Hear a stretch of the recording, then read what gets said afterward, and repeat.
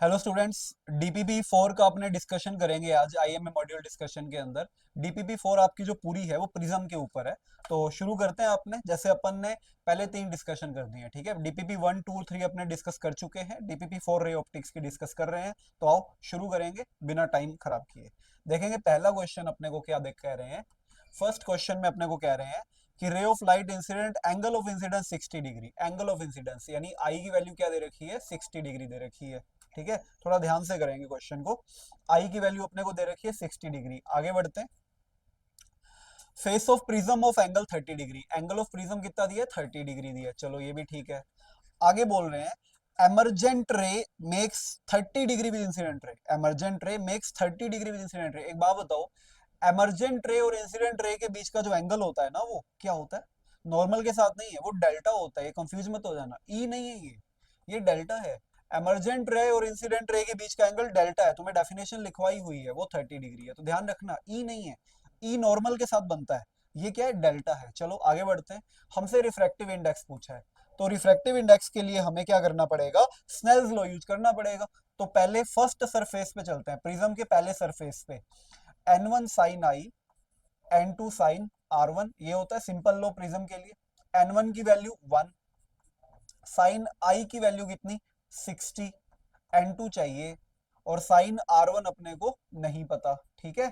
कोई बात नहीं, क्या आ जाएगा, √3/2 n साइन r1, ये आ जाएगा। इतना क्लियर? ये अपनी पहली इक्वेशन आ गई, बात समझे। अब आगे बढ़े। आगे बढ़ने से पहले एक काम करें, हम ई निकाल लेते हैं। Delta equal to I plus E minus A. Delta 30, I 60, E चाहिए, ए कितना है, 30 है। तो देखो ई कितना आ जाएगा, यहां से 0 आ जाएगा, ई 0 आ जाएगा। इसको सोल्व करोगे। अब बाहर निकलते हैं प्रिज्म से। आपको पता है ना, प्रिज्म के दो सरफेस होते हैं। ऐसे प्रिज्म बनाया, ये पहला सरफेस, यहां से हम अंदर गए, तो ये तो उस टाइम का हो गया। यहां से हम बाहर निकलते हैं, अब इसका क्या लिखते हैं, फिर से वही कहानी। n1 साइन r2, अंदर कौन होता है, r2, n2 साइन e, ठीक है। अब e तुमने निकाल लिया, e कितना आया देखो, e कितना आया, e आया 0 डिग्री। e आया है तुम्हारे पास 0 डिग्री, e की वैल्यू प्लेस करो। तो n1 साइन r2 0, यहां से r2 भी कितना आ जाएगा, 0 आ जाएगा। r2 भी 0 आ गया, लो भाई, r2 0 आ गया, ई 0, r2 0। अब r1 तक जाने के लिए हमें रास्ता पता है कि जो a होता है वो r1 प्लस r2 होता है। तो r2 0 तो a किसके इक्वल आ जाएगा, r1 के। यानी कि r1 is equal to a is equal to कितना आ गया, 30 डिग्री। अब देखो यही तो चाहिए था, यहाँ पे r1 ही तो रोक रहा था हमें आंसर निकालने से। तो r1 की वैल्यू हमने निकाल दी है 30 डिग्री। क्या लिखोगे, तुम लिखोगे √3/2 n into sine 30, √3/2 n into 1/2, 2 से 2 कैंसिल, n की वैल्यू कितनी आ गई, √3, यानी 1.7। ऐसा कोई ऑप्शन अवेलेबल है हमारे पास? Yes, we have such type of option. क्या है हमारे पास? हमारे पास दे रखा है option A. A is the answer. समझे, इजी क्वेश्चन है लेकिन अच्छा क्वेश्चन है, ठीक है। थोड़ा कंसेप्चुअल सवाल है, ऐसा सवाल आपसे सीबीएसई में भी पूछा जा सकता है। इंपॉर्टेंट है, उस पॉइंट ऑफ व्यू से भी इंपॉर्टेंट है। तो क्या क्या किया, आराम से वीडियो को रिवाइंड करके देख लो, मैंने क्या अप्लाई किया है। बेसिक्स ही यूज किए, कुछ ज्यादा खतरनाक चीज यूज नहीं करी है। आप ध्यान से आप इसको देख सकते हो। मैं बढ़ रहा हूँ अगले सवाल की तरफ। क्वेश्चन नंबर 2 पे चलते हैं। तो देखिए question number 2, monochromatic light incident certain angle of equilateral prism. Equilateral prism का मतलब ए कितना हो गया, 60 degree. Suffers minimum deviation if refractive index is this then find angle of incidence. N यानी म्यू दे रखा है, √3। हमसे ना आई पूछा गया है, आई कहते हैं मिनिमम डेविएशन है। अब मिनिमम डेविएशन के केस में आपको फॉर्मूला पता है, एन इज इक्वल टू क्या होता है, साइन आई अपॉन आर। वैसे तो यही होता है। अब मिनिमम डेविएशन के केस में आई मुझे दे रखा, पूछा गया है, एंगल ऑफ इंसिडेंस पूछा गया है, ए दिया गया है। तो ए से पहले आर निकाल लो ना, पूरा बड़ा फॉर्मूला मत लगाओ, ए से पहले आर निकाल लो। मिनिमम डेविएशन के केस में आर इज इक्वल टू क्या होता है, a/2 ही तो होता है। ए की वैल्यू कितनी है, 60/2, तो आर कितना आ जाएगा, 30 डिग्री। देखो कितना इजीली हो जाएगा। अब एन अपने को √3 दे रखा है, साइन आई अपने से पूछा गया है, और साइन 30 आ जाएगा। पूरा फॉर्मूला मत लगाओ यहाँ पे, कंफ्यूज हो जाओगे। सिंपल लॉ लगाओ, बेसिक्स का यूज करो। तो साइन आई √3 साइन 30 1/2, तो √3/2। तो आई की वैल्यू यहां से सोल्व कर डालो, क्या मिलेगी? आई की वैल्यू सोल्व कर डालोगे तो 60 डिग्री मिल जाएगी। क्या ऐसा कोई ऑप्शन अवेलेबल है? यस, आंसर इसका भी क्या आ जाएगा? ए आ जाएगा। Clear, easy. इसमें क्या मैंने ध्यान रखा, मैंने सीधा फॉर्मूला नहीं चिपकाया कि फॉर्मूला देखा और चिपका दिया, सीधा फॉर्मूला नहीं चिपकाया मैंने क्या किया, मैंने क्वेश्चन पढ़ा और स्नेल्स लॉ से इसको सॉल्व करा, और इस चीज का मैंने यूज किया कि मिनिमम डेविएशन है तो r is equal to a/2। चलिए आगे बढ़ते हैं, क्वेश्चन नंबर 3 देखेंगे। देखो 3 नंबर सवाल, in equilateral prism angle of incidence is and minimum deviation is, minimum deviation पूछा। इक्विलैटरल प्रिज्म का मतलब क्या होता है? a equal to 60 degree. चलो आगे बढ़ो। Incident angle is 45 degree, I हो गया 45 डिग्री। डेल्टा मिनिमम पूछा है, डेल्टा मिनिमम। अब वही प्रॉपर्टीज, इंसिडेंट एंगल की जो प्रॉपर्टीज है वो मैं थोड़ा लिख देता हूँ यहाँ पे, ठीक है, ताकि तुम्हें याद हो जाए। देख लो, इंसिडेंट एंगल की प्रॉपर्टीज देख लो। उस केस में जो आर है वो a/2 के इक्वल होता है, जो आई है वो ई के इक्वल होता है। ये दो मेन बातें अपने को ध्यान रखनी है, ठीक है। जो आई है वो ई के इक्वल होता है। तो हमें रिफ्रैक्टिव इंडेक्स वगैरह नहीं दिया, हमें डेल्टा पूछा है, तो डेल्टा का फॉर्मूला होता है आई प्लस ई माइनस ए। अब वैल्यू रखते हैं, आई दे रखा है 45, ठीक है। अब बिकॉज मिनिमम डेविएशन है, अभी बताया, तो आई और ई बराबर, यानी कि ये जो 45 है यही ई होगा, तो ये हो जाएगा 45। ए 60, तो 90 माइनस 60 कितना आ गया? 30। देखो कोई फॉर्मूला नहीं, सिंपल कंसेप्ट, बेसिक कंसेप्ट, ये वाला, ये जो डब्बा देख रहे हो ये काम आ गया बस। यहाँ पे कौन सा आंसर आ जाएगा अपना? इसका ए आ जाएगा, ऑप्शन ए। समझ गए? चलो आगे बढ़े। यस बिल्कुल, वी विल मूव अप। आओ सवाल नंबर 4, क्वेश्चन नंबर 4 क्या कहता है? रिफ्रैक्टिव इंडेक्स प्रिज्म का इतना है √2, रिफ्रैक्टिंग एंगल दे रखा है, मिनिमम डेविएशन के लिए एंगल ऑफ इंसिडेंस पूछा गया है। क्या क्या अवेलेबल है? देखो फिर से वैसा ही सवाल आ गया। एन अवेलेबल है, √2 मिनिमम डेविएशन है, ध्यान रखना। रिफ्रैक्टिंग एंगल यानी एंगल ऑफ प्रिज्म कितना दे रखा है? 60 डिग्री दे रखा है। Minimum deviation the angle of incidence will be, minimum deviation के लिए एंगल ऑफ इंसिडेंस पूछा गया, आई पूछा गया है। मिनिमम डेविएशन चाहिए, क्या चाहिए? Minimum deviation. देखो फिर से वही बात आ रही है, एन दिया है, ए दिया है, तो पहले आर निकाल लो। अभी जो तुम्हें बताया, are is equal to a/2, पहले आर निकाल लो। R is equal to a/2, 60/2 30। अब ये पता है कैसा सवाल बन गया? ये पता है कैसा बन गया? एन दे रखा है, ए दे रखा है, आर आई, ये कैसा बन गया? ये ना ऐसा क्वेश्चन बन गया, ये वाला सेम। आई पूछ रहे हैं फिर से, देखो सेम क्वेश्चन वैसा ही बन गया। तो क्या लिखूं मैं फिर से? N is equal to sine I upon sine R. N कितना है? √2, साइन आई चाहिए, ये कितना है? साइन 30, तो √2 इंटू क्रॉस मल्टीप्लाई 1/2 साइन आई, तो साइन आई क्या आ जाएगा? 1/√2, यानी आई क्या आ जाएगा? 45 डिग्री। क्या ऐसा कोई ऑप्शन अवेलेबल है? यस, आंसर बी, तो B is correct answer. Done, 45 degree is the answer, B आ गया। बढ़े आगे, आ जाओ क्वेश्चन नंबर 5। क्वेश्चन नंबर 5 पे आ जाओ। देखो क्या कह रहे हैं, angle of minimum deviation is 40, angle of prism is 60, angle of incidence position will be. Simple, minimum deviation, फिर से देखो वही कहानी, बार बार ये इसी का इस्तेमाल करवा रहे हैं। Minimum deviation R equal to a/2 और I is equal to E. क्या दिया गया है? डेल्टा दे रखा है, डेल्टा मिनिमम दे रखा है इस बार मुझे। कितना दिया गया है? 40 डिग्री। प्रिज्म का एंगल दिया गया ए 60 degree.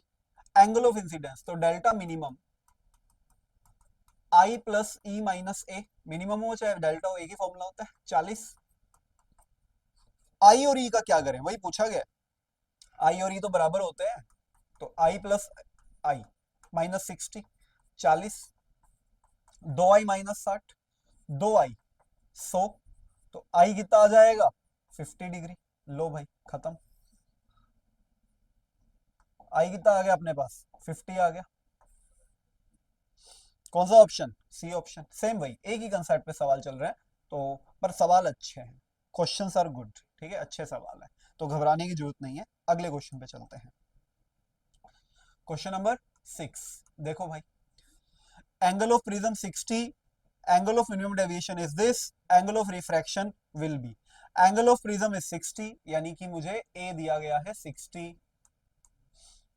Angle of minimum deviation दिया गया है 40, डेल्टा मिनिमम कितना दिया गया है 40 degree. Angle of refraction will be, actually ना एंगल ऑफ रिफ्रैक्शन क्या होता है, चलो चेक करते हैं।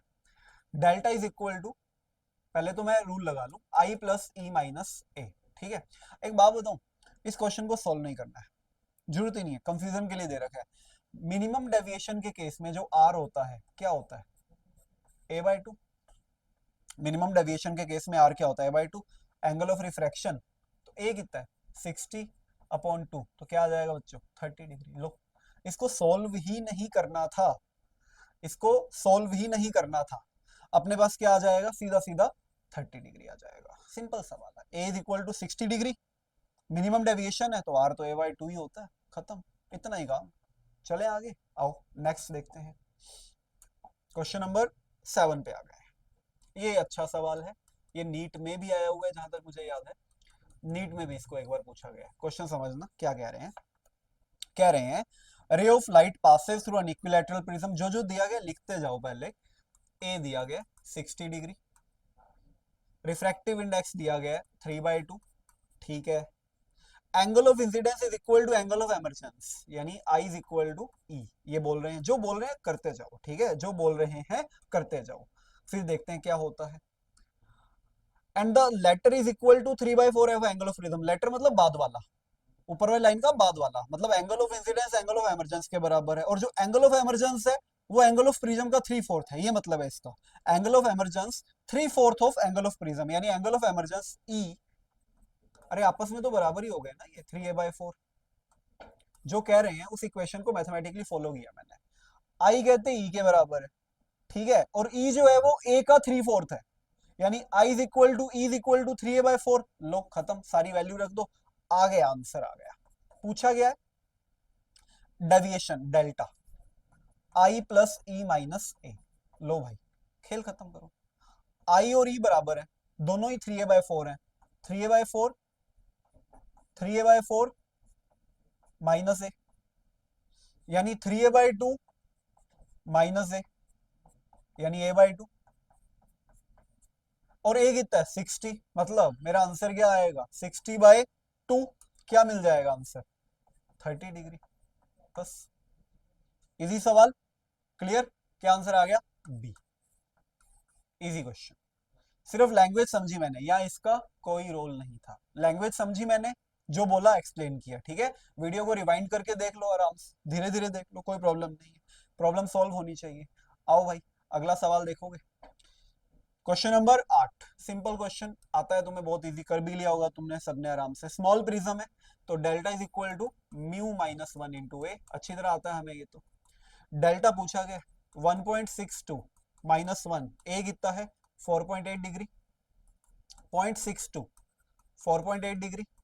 अब मैथ्स करनी है सिंपल, अप्रोक्सीमेटली 7.74 डिग्री आ जाएगा, option D.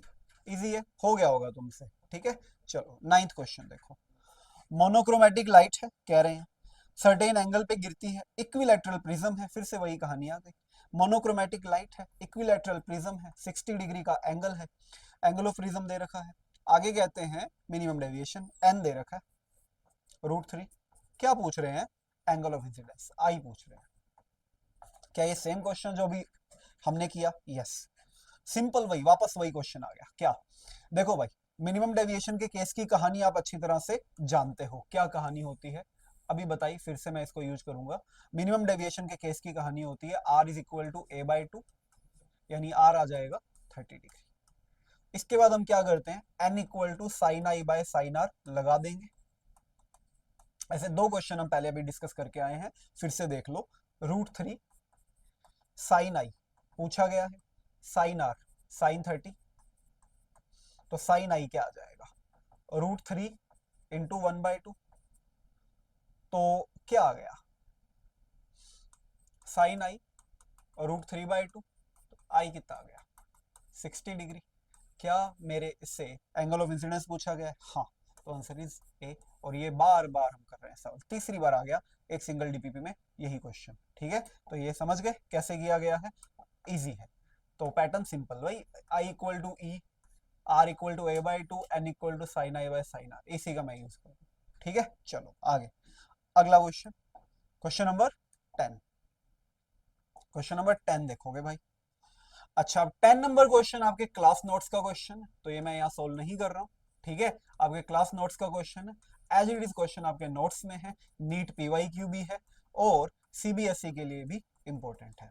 NEET PYQ and CBSE type का सवाल है, ये आपको क्लास में करवाया गया है, आप वहां पे आराम से देख सकते हो, एज इट इज प्रॉब्लम आपको मिल जाएगी। ठीक है, तो पर्टिकुलर डीपीपी में अपने 10 ही क्वेश्चन थे, तो अपनी डीपीपी 4 यहाँ पे कंप्लीट होती है। जल्दी मिलूंगा आपसे डीपीपी 5 के साथ, तब तक आप अपना काम कंप्लीट करो और पढ़ते रहो। मिलते हैं आपसे अगली वीडियो में, और भी अलग अलग वीडियोस चैनल पे अवेलेबल है, आप वो भी देख सकते हो जैसे आपको टाइम मिले। Like share subscribe, take care, bye bye.